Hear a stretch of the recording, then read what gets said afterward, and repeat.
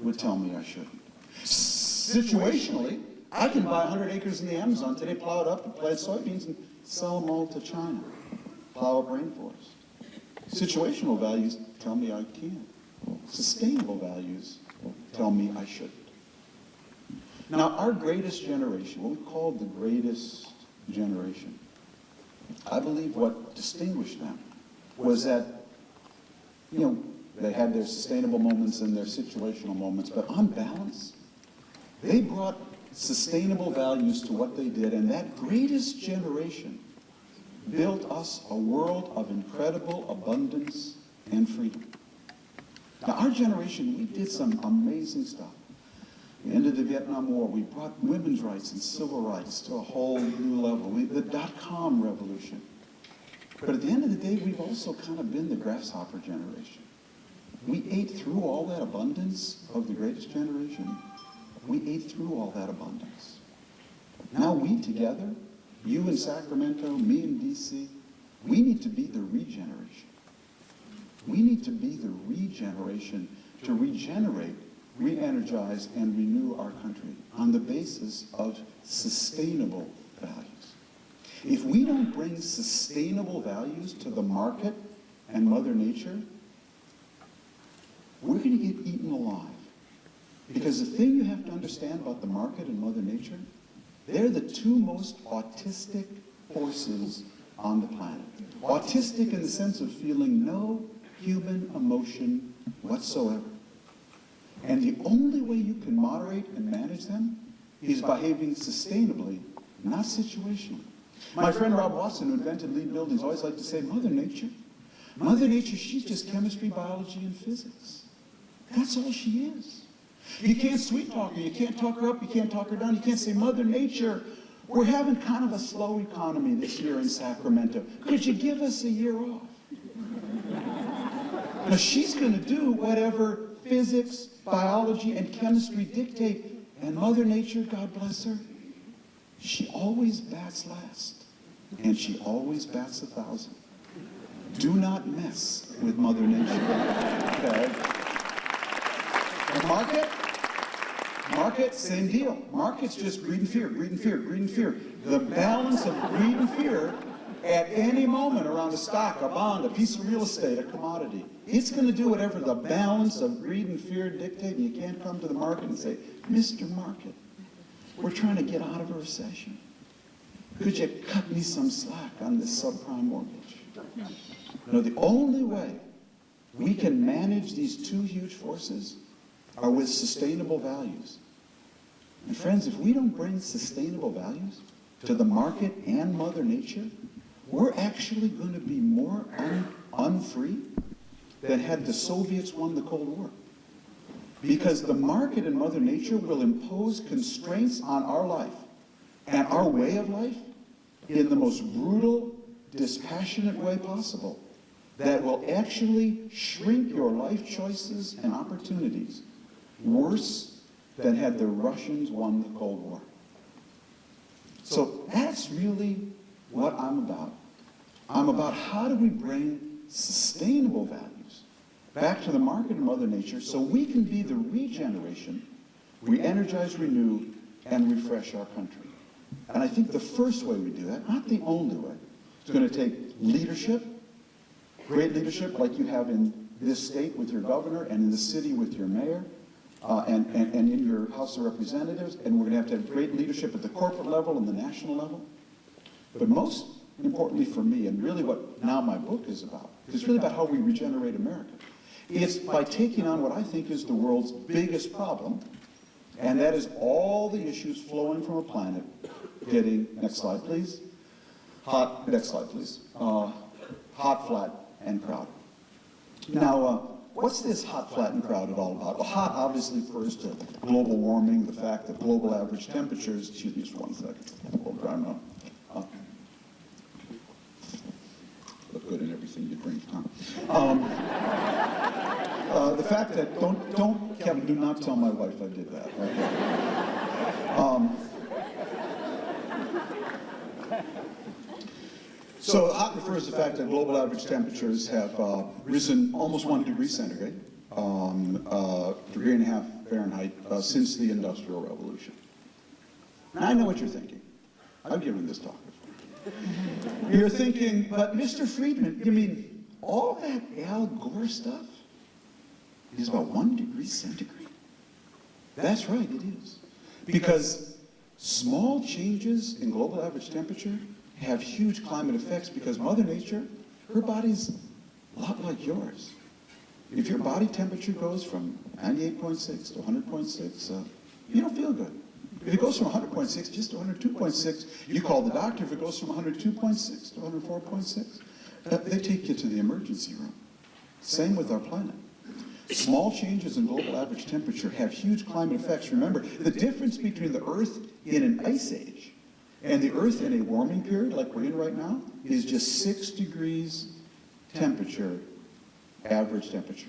6 degrees change in average temperature defines the world in an ice age and a warming period. So 1 degree means a lot.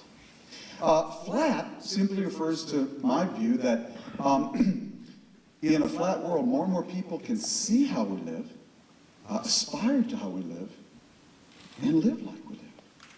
Now, don't let it out of this room. I'm going to tell you one thing. There are too many Americans in the world today. Oh, of course, I'm being facetious. It's a blessing that so many people in Brazil and in India and Russia and China can live like us here in Sacramento, can drive American-sized cars, live in American-sized homes, eat American-sized Big Macs. It is a blessing. There's just one problem. The good Lord, He didn't design this little planet for this many Americans.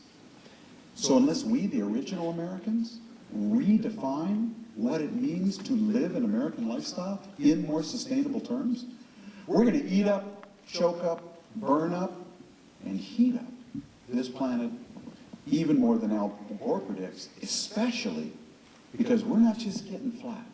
We're getting flat and crowded. We have 6.7 billion people on the planet today. According to the UN, we're going to go to 9.2 billion by 2050. We're going to have another billion people here in 2020, in another decade. So you want to know what crowded is? Next slide, please. That's crowded. In 1830, there were 1 billion humans. In 2008, there were 1 billion teenagers. That's what's going on out there. And so when you think about population growth, think not just that we're going to add about 2.5 billion people. It's what happens when flat meets crowded. It's when of those 2.5 billion, so many more will be able to live like Americans. Now, the simple argument in my book is that hot, flat, and crowded all kind of converged right around the year 2000 to create a huge fire. And this fire is now propelling, next slide please, 5 global megatrends. And let me go through them quickly. The first is energy and natural resource supply and demand. This is demand for food and fuel, cement and timber, steel and copper, water and clean air. Demand for all of these resources in a hot, flat, and crowded world is just exploding. So, let me give you an example. I get to travel a lot, as the mayor said, and when I was working on this book, I visited 2 cities you may or may not have heard of. The cities I was a regular visitor to, but I hadn't been to for 3 years before I visited them. The first was Doha, Qatar. Qatar is the capital of, the capital of Qatar, a small peninsular state off the east coast of Saudi Arabia in the Persian Gulf. And as I say, I hadn't been there for 3 years. I landed in Doha late afternoon. Friends drove me into downtown Doha, once a sleepy fishing village. And I looked around and I said, that's Manhattan. You've sprouted Manhattan since I was here last. A whole skyline of glass and steel skyscrapers, all lit up at night just like ours, all air-conditioned 24/7 just like ours, had blossomed from the desert floor like wildflowers after a flash flood in 3 years. I finished my visit to Doha, went off to actually Iraq, then back home, Washington, D.C., kissed my wife, changed clothes, and flew off to Dalian, China. Now, Dalian is a port city in northeast China, someplace I visit a lot because it was the outsourcing, and is the outsourcing capital of China, and I worked on The World is Flat there. Hadn't been to Dalian for 3 years. They already had a Manhattan. They sprouted another in the 3 years since I was there. I came home. I said to my wife, honey, it's so great that we and all the neighbors have gotten Prius hybrid cars. Dohan Dalian, 2 cities you've never heard of, ate that for breakfast. Oh, sweetheart, it's wonderful that we've changed all the building codes in Montgomery County, Maryland, where we live, so buildings will have to be more efficient. Dohan Dalian had that for lunch. Oh, darling, it's wonderful that we and all the neighbors have changed our light bulbs from incandescents to CFLs. Dohan Dalian, 2 cities you've never heard of, will snack on that before dinner like so much popcorn. That's what's going on out there in a world that's getting flat and crowded in the same time, at the same time. And if we don't find a more efficient way to manage that, well, the world is going to look like, next slide, I think, Target at Christmas 2008. Go to the next slide, please. Now, this slide is about the I cover foreign affairs, and so I'm always interested in the geopolitics. This slide is the second megatrend. It's about the geopolitics of climate change. And I call it the first law of petropolitics. This all started on the back of a napkin. And let me use this diagram to illustrate it. The thick black line at the bottom, what I did was I graphed the average price of OPEC oil from 1979 to 2006.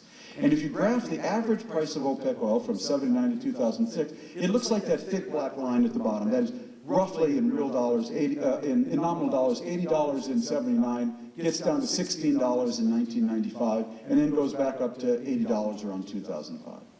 And then just on a hunch, what I did was I went to Freedom House and the Fraser Institute, and they do something called a Freedom Index.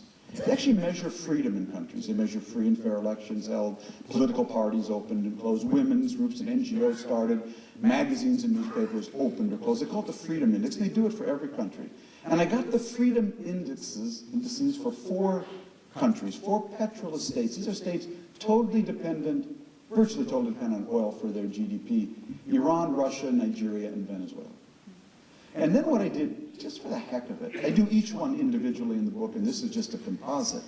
I overlaid the freedom index on the price of oil index for each of these countries. And darned if it doesn't look something like that. The freedom index is the light gray line at the top. Interesting. As the price of oil goes down in these countries, the pace of freedom goes up. And as the price of oil goes up, the pace of freedom goes down. I call that the first law of petropolitics. The price of oil and the pace of freedom actually move in opposite directions in petrolist states. Now, you actually don't need my graph to know this. You kind of know it from reading the paper. After all, I don't know, 6, 7 years, maybe 8 years ago, that our then President George W. Bush met with Russia's president for the first time, Vladimir Putin, looked into his soul and reported back that he saw a good man down there. At the time, real numbers, oil was $35 a barrel. If you looked into Putin's soul today at near $100 a barrel, or when it was up at $135 a barrel, you looked into his soul, you'd see Gazprom, Lukos, Izvestia Pravda, the Russian parliament, every Russian newspaper and governor, and lately Georgia, all swallowed, courtesy of $100 a barrel oil. So, which is the first Arab Gulf state to discover oil? It was actually Bahrain, a small island state right next to Qatar. Which was the first Arab Gulf state to start to run out of oil? Bahrain.